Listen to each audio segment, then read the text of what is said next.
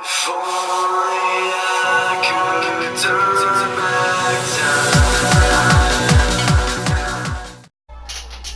going on YouTube? It's Mike Nice coming to you with some more FIFA 19, and I thought it was about time that I showed you guys what I've been working on, go through the new signings, so to speak, that we have, go through the squad battle points we have. Thinking definitely this time around I'm a goal 3 right now. I'm gonna try to get to those 2 mega packs. Is looking real nice. I'm gonna try to at least get to Elite 3. At least get to Elite 3. Elite 2 will be amazing. Because those two mega packs, I know those are gonna give me some great players. So yeah, I think I'm gonna try to do that. It's 4 matches remaining. I didn't even play any of the matches right here. And then the update is coming in 8 hours. But without all, let's get away from that boring stuff and let's get to the squad. You guys see what I'm working here with. A nice little Premier League side. We have Marco Announcer, which leading the line as our striker. See how many goals he has. Has 25 goals, 15 assists, played 42 games with us. Which is amazing. This guy's he's like a brute. I put Hulk on him, +5 sprint speed to already at 82 sprint speed, which is actually really good for a striker with such great strength.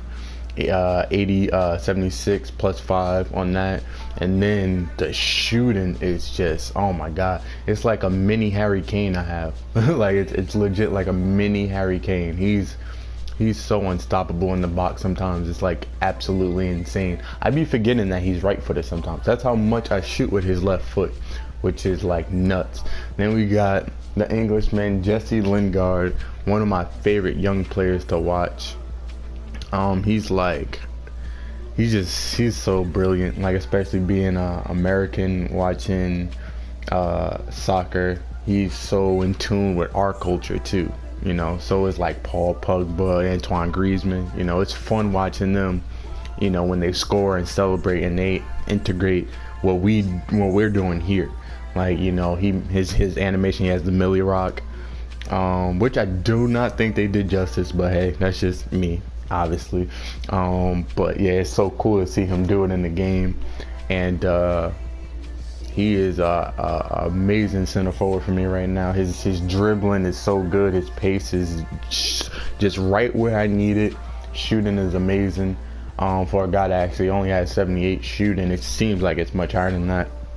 I hit outside the box curl shots with him like it's nothing. We had 20 goals with him. We played 47 games so far. I actually did not realize I bought him from someone. Or I don't remember. I don't remember. I could have swore I got him from a pack, but I guess I did buy him because I got him in a draft when I didn't record and I was playing with him. I'm just like, Jesus Christ, like I hope he gets informed so I could get those cards, because it's absolutely amazing. Put a Maestro card on him, and it's like that's what that's what I feel like helps him so much, is his shot power is 79, and then you put a +10 on that to make it 89, and +10 on his long shot it's like ridiculous. And then the +10 on his dribbling, +5 on his ball control, +5 on his agility. So he's moving around very well, getting great shots off all the time. Then we move over to our highest rated player, the great Christian Eriksen, who on FIFA 17 I want to say his team of the year. No, not his team of the year. That can't be it. I want to say I had his team of the week, maybe. I do remember I had a great informed card that was around this rating, which is funny because I think in FIFA 17 is around an 85. And then the inform was around an 88, and he was an absolute stud, which is exactly what he is right now. For me, it's like 84 shot power +10. Oh my God, he has a rocket. And then on top of the fact that his curve is 86, which is absolutely bonkers. His long shot is 89. His dribbling and ball control is amazing. And and then the speed boost is amazing, and then obviously he's a 5-star weak foot, which is like insane. Played 8 games with him, has 2 goals, 2 assists. We just getting started with him. He's gonna pay big dividends for us. Then we'll go to my man Sherry, who was really like my first. He was my first. I want to say. I think he was my first player, like the first player from anybody here. I think I might have to go look at the games I played with Richardson. But Seri is a great like, he's almost like a CDM.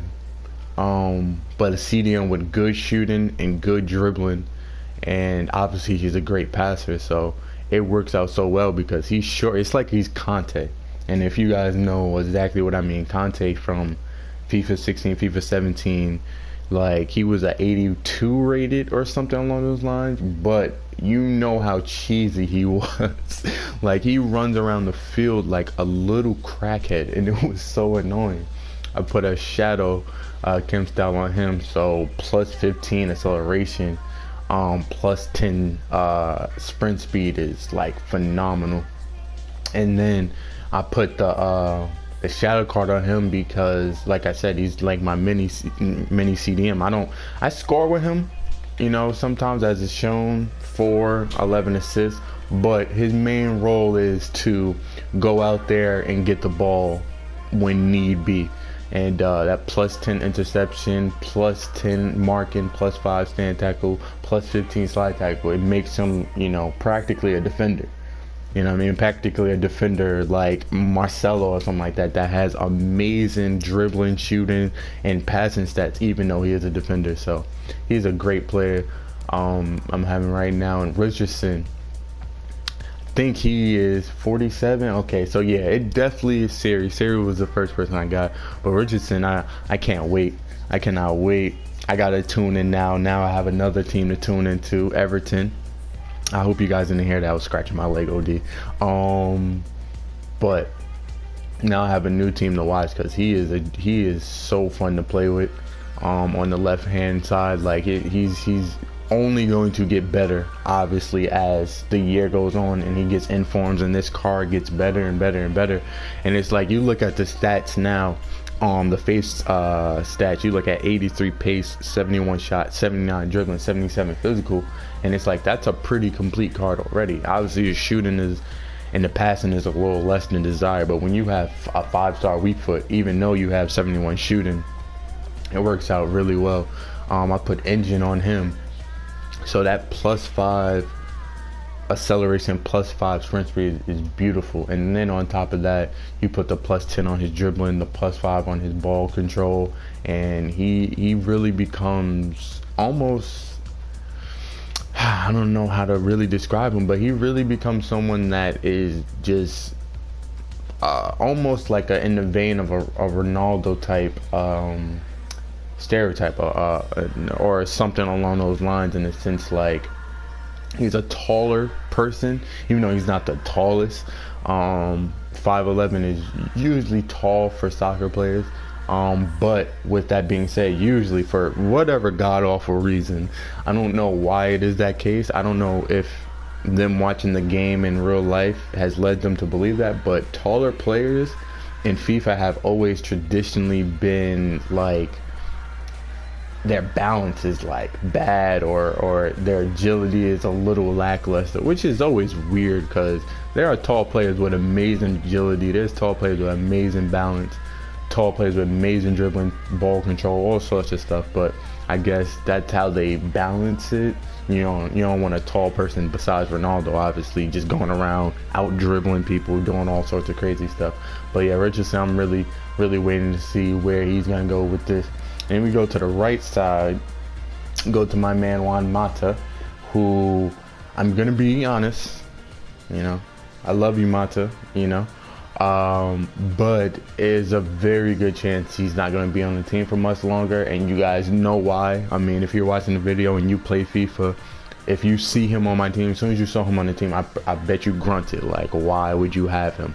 Medium work rate. Is not the most ideal, obviously. And then obviously we just, the 65 pace is horrendous. It's horrendous to say the least.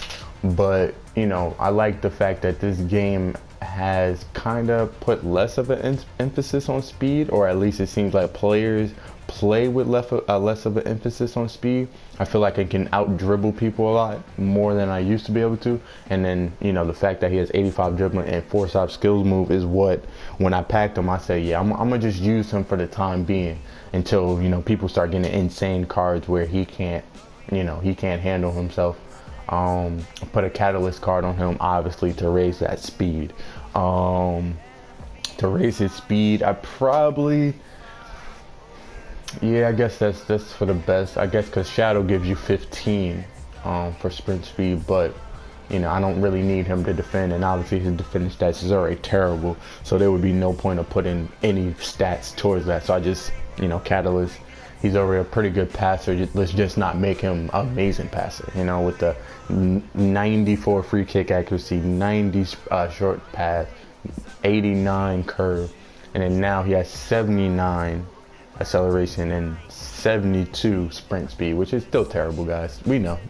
We know. And then his stamina is pretty bad too. But he's putting in some type of work right now. I'm not gonna lie. He's putting in some type of work. Then we go to Valencia, who is our newest pickup. We played only one game with him. Valencia is, but besides the fact that it seems like every other shooting stat besides his shot power is terrible, he's just a really good card. You take out the shooting, for a second, 85 pace, 80 dribbling, 79 defending, 79 physical, and 76 passing, high work rate. He's all over the field. And I just left him on basic because you get the +5 sprint speed, which is amazing, +5 shooting power, which is nuts. And then you get stuff like +5 stand tackle, +5 slide, +5 strength, +5 jumping, +5 agility, and stuff like that. So basic sometimes really feel like it works out because it puts, +5 in a lot of different areas that makes the card, even better, like even more well-rounded than if you put Catalyst or Hunter or something like that, or Shadow, where it's like it does two things really well, but basic, it gives you a lot of different points, a lot of different places. So I like that a lot, and he's going to be on the team for probably a while unless I get maybe Kyle Walker. That's, especially with the team I have now, that's probably the only other person I would go with. And then we got Christensen as our right center back, and he's fairly new too. Actually, I got him out of the pack not too long ago, maybe a couple days ago. Only played 8 games with him. He's performing actually really well. 6'2" is obviously amazing. 69 pace is really good. 70 dribbling is, you don't really need that, but that's really good, obviously, because if you guys have been paying attention, I play from the back often. So a center back that can pass and can dribble is actually really good. Put anchor on him, obviously, so he can become, some sort of defensive beast. +5 sprint speed, +5 acceleration, which is always amazing. And then obviously, as you see on the right side, all the +10s in places where it's just putting him 98 stand tackle, 95 slide tackle. It's just, and then obviously you got the 82 jumping, which is a big, and then the 80 +80, or not +80, the +10 heading accuracy is like, in this game, headering is so important, and it's a lot of goals I get. So those type of players are always well warranted, him being 6'2" and whatnot. Let's go down to the goalkeeper, Schmeichel,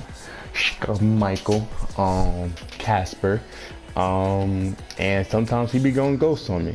That's not a joke. He literally sometimes, one time, someone shot the ball, it deflected off of my player and rolled between his legs like a baby would crawl.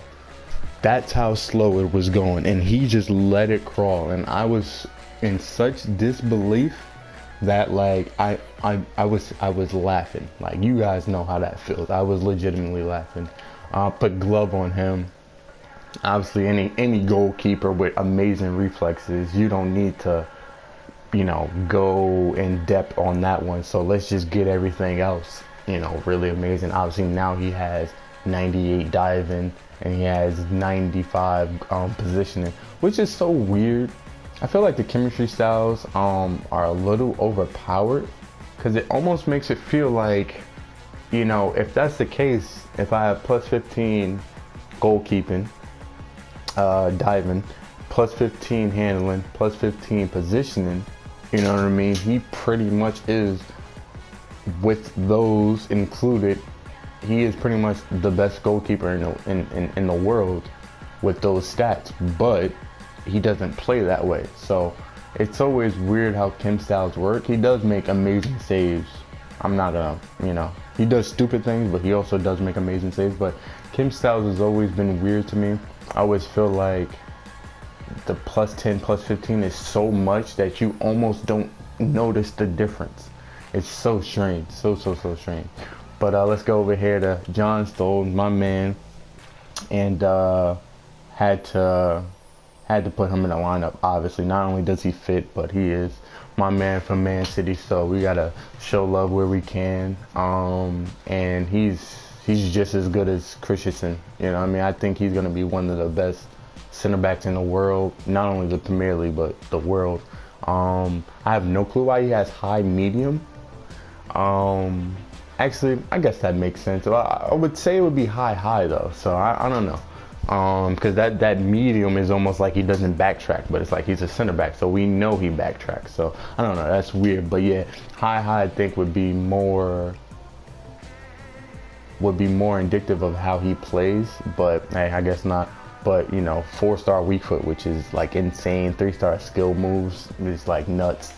Like he might very well be one of the first, and there are plenty of center backs that do it, but he very well might be one of the first center backs to really be in the attack, like really be in the attack and really make plays. And a lot of center backs now make plays and make passes because that is the style of play that's being integrated in a lot of Premier League teams. But I really feel like he can be one of those players that is really making those passes, really, scoring goals, not only headers, scoring long range strikes and stuff like that. If he worked on it, if he worked on it, I put Sentinel on him to get all of that up, everything on that right side, because like I said, headering is so important in this game, especially with the way I play. That 92 heading accuracy and that 81 jumping is phenomenal. You can't ask for anything better, especially from a person that's 6'2" with 69 pace. And his jumping is so high and he's so tall that it's like in a video game like this, and the way it plays that's why I get so many goals with Marco Arnautovic, because he's 6'4", and I made his jumping a 77 and his head accuracy is a 74. So as you can assume, and then his attacking position is a 91. So as you can assume, he's always going to be in position to get his head on the ball. So at least I know I have the benefit of I can help myself out by getting great timings. And then once you get great timings, even though I miss a lot of my great timing shots, more often than not, it's probably going to hit target or go in or something along those lines. And then last but not least of the starting 11, we got Danny Rose, who seems, I guess I want to say, falling from grace, but I guess that's not really true, so to speak, because he does get a good amount of playing time, but it does seem like he fell from grace. But I know he had an injury, and that always, obviously, is, especially in the Premier League, and especially when you're not a top tier player already, that's a dangerous thing to have. Any sport is to get injured, and your spot isn't exactly secured. You know what I mean? The only person I think in my lineup that can get injured and be right back inserted into their position is Eriksen. Everybody else, if they got injured on my starting 11, they will probably go through a period where they have to get reacclimated into the lineup, or there might be another person that took their spot. So I think for him, that's, he just needs to play his way back into it. He's another person. He's like Valencia. Like, just all around stats that make him so dangerous on the left side, because then I put backbone on him, and then now he is just crossing, getting someone get their head on it and whatnot. And it's just so beautiful sometimes. And we go to the bench. I got Rio Patricio right there. I got Kepa over there, but I would probably side with Patricio. And the only reason I do that is in weirdness is because of the speed, which is weird because the speed almost don't mean anything. But the way Michael be running to that ball with and he's 60, so, and he has no speed, it seems like, to get to the ball, and he has 34, so I know he's never getting to the ball, it seems like. Then we got my man from Porto, Yassine Rami. He was actually in my start 11 for a little bit, but obviously I didn't have a place for him, so it's kind of strange, in the sense to have him up there. But got Herrera on the bench, Bellarabi, Mano Trigueros, that sounds right. And then as you guys are seeing, you're like, what the hell? You got Toni Kroos, and either he's not what I built around or you didn't sell him. And that is exactly right. I did not sell him because he is unfreaking tradable. And I got him in the pack, and I'm like on the mic with my friend, and I jump up like, oh my God, I'm about to sell him. And my team is about to be amazing. Like, I got Ericsson, and then all I need is a couple other pieces around it, and my team is going to be amazing, right? So I go to sell him, and it's like untradeable, and I'm just looking at like the floor in total disgust, damn. Damn, because Toni Kroos is one of those players that he is an amazing player in real life. One of the best midfielders in the world. I would say probably number 4 or 5, maybe 3, 4 or 5. Those are the spots I would say. Obviously you guys know who I think is the best midfielder. That is Kevin De Bruyne.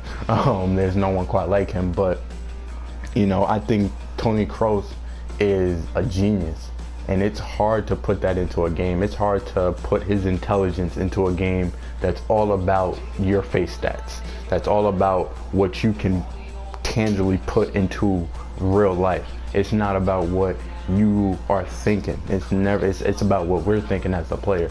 So it kind of takes his value down a little bit. But the fact that his pace is where it is, which is I feel like a couple of years ago, I don't know if I'm thinking of someone else, but I swear his pace was on 40. And every time I would see him, I would just laugh. There is no way he's keeping up with any of my midfielders. But now with 67 pace, which is manageable, 89 passing, 82 dribbling, 82 shot, 5-star weak foot, obviously the 3-star skill move leaves stuff to be desired, but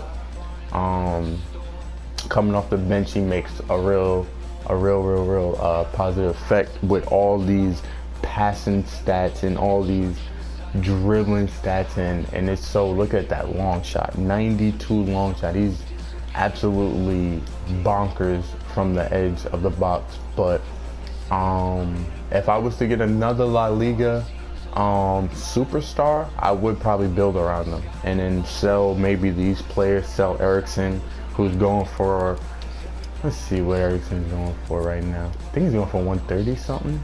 Oh, his price went up a little bit. When I first got him, it was around 130-ish, 130 to 150, I would say, but it seems like it's gone up a bit. And every fiber in my body is sell him. But I'm gonna keep him. And then last but not least, besides Wayama, we have Mario Götze. And he really never comes in. I'm not gonna lie to you guys. He never really comes in. Usually my super subs are Kroos, Bellarabi, and Yassine. Usually those are my super subs. He's just there, really. He's just tagging along. I used to actually really like Mario, but when he was on Munich, but he's just kinda obscure. Not, I don't want to say obscure now, but you know, he's kind of, it seems like, hit a peak there. Seemed like he was gonna get way better than he was. It seemed like he had a great projection. A lot of the, I'm sorry, I freaking frog in my throat.